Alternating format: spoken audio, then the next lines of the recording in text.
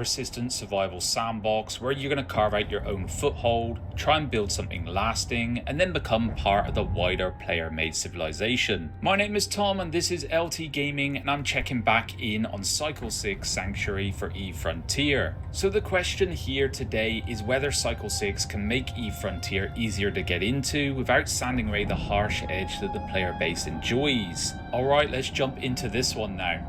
At its most basic, Eve Frontier is a hardcore space survival MMO. You begin as a rider, which is essentially a clone body sent into a broken corner of the galaxy, and you're linked in with your ship. Unlike traditional EVE Online, of which I was a huge fan of back in the day, you don't have this large tactical overview. It's much more immediate. You're physically moving through this world in third person with 6 degrees of freedom. You're flying through wreckage, scanning systems, and mining asteroids while dealing with hostile feral drones, and then of course trying not to become an easy prey for someone who's been in the game longer than you have. The survival loop is really the heart of it though. You start small, basic ship, limited resources, not much protection. And to be really frank with you all, the galaxy is not interested in making your time here comfortable.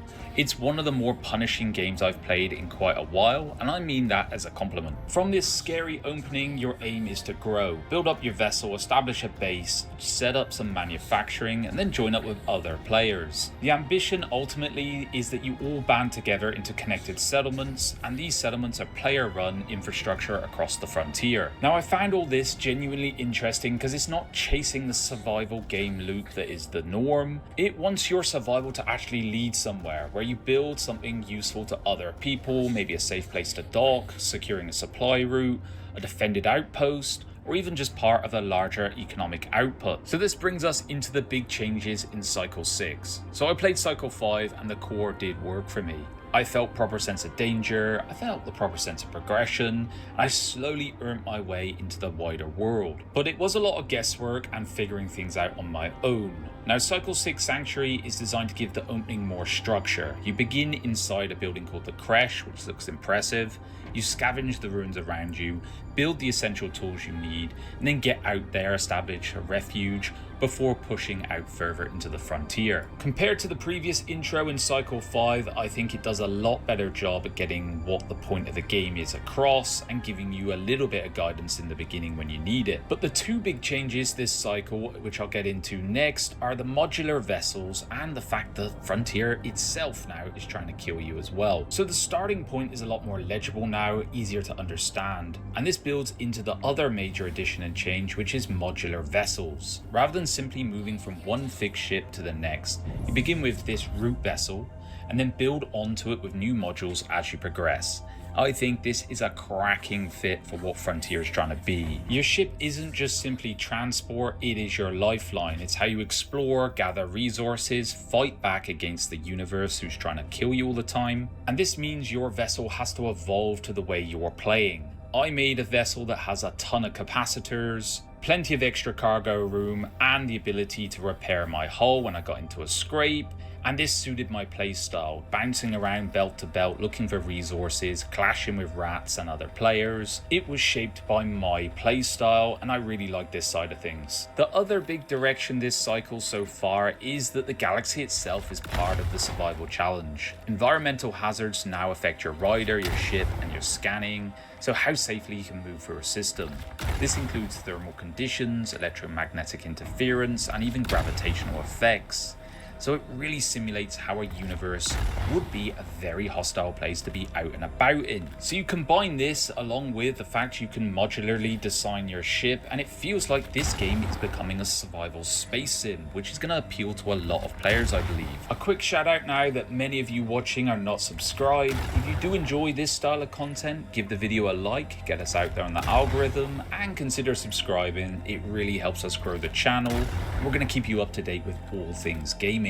So while I was out in the frontier, I ran into fellow YouTuber Obsidian and a good friend of the channel, and we ended up chatting for ages about how the game was going for both of us, what we liked, what frustrated us a bit, where things were clicking and where they absolutely weren't.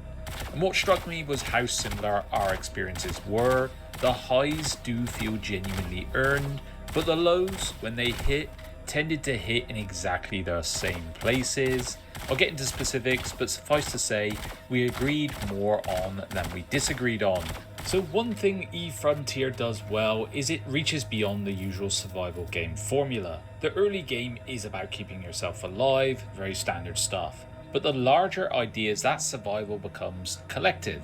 Tribes, shared bases, connected infrastructure. Cycle 6 is pushing that further with dormant gates. So ancient gates players repair by contributing resources. Once restored, they will open new regions. The world moves forward because players make it move forward. And this is a very interesting premise than just, for example, hitting a level requirement. And this is where the seasonal cycle structure comes in. You'll earn grace through activities, convert it into Eve points at the end of a cycle, and carry some progress forward. But there is a small gap in this, and Obsidian Ant and I felt the same way. The game still lacks a strong apparatus for that teamwork to actually unfold. Right now, solo play is the norm. The systems meant to pull players together are there in principle, but the scaffolding isn't yet. You can group up, but the game isn't really pushing you towards it or even rewarding you for it. Now, this game is far from static, so I expect some leaps and bounds in this area soon, so something worth watching. Right, moving on to the part where I do think Frontier can do something very different from other games out there, and this centers around the Smart Assemblies feature. These are player-built structures that become real infrastructure, managing resources, supporting production, essentially forming the backbone of settlements that are built by players rather than dropped in by the devs. So you don't put down walls and storage boxes. The goal is to create systems other players can actually use, trade through, defend, and of course try to exploit. That's the promise, but it ties back to the teamwork gap. Smart assemblies only reach their potential when players have proper reason to build together. They're also programmable too. I haven't delved into this side of it, but some players in game told me, for example, when you entered different storage units, last cycle, people would be playing games like Doom through the storage unit. Sounds really unique and cool, and it shows the potential of what you can do with this system. Now, it definitely needs a little bit more time in the oven, but once Cycle 6 begins to unfold, I'm really curious about what players start building. Now, for all of these ambitious systems that they've got going on, eFrontier is still in an alpha, and alpha means alpha. Obsidian Ant and I compared our notes extensively, and we did hit the same walls.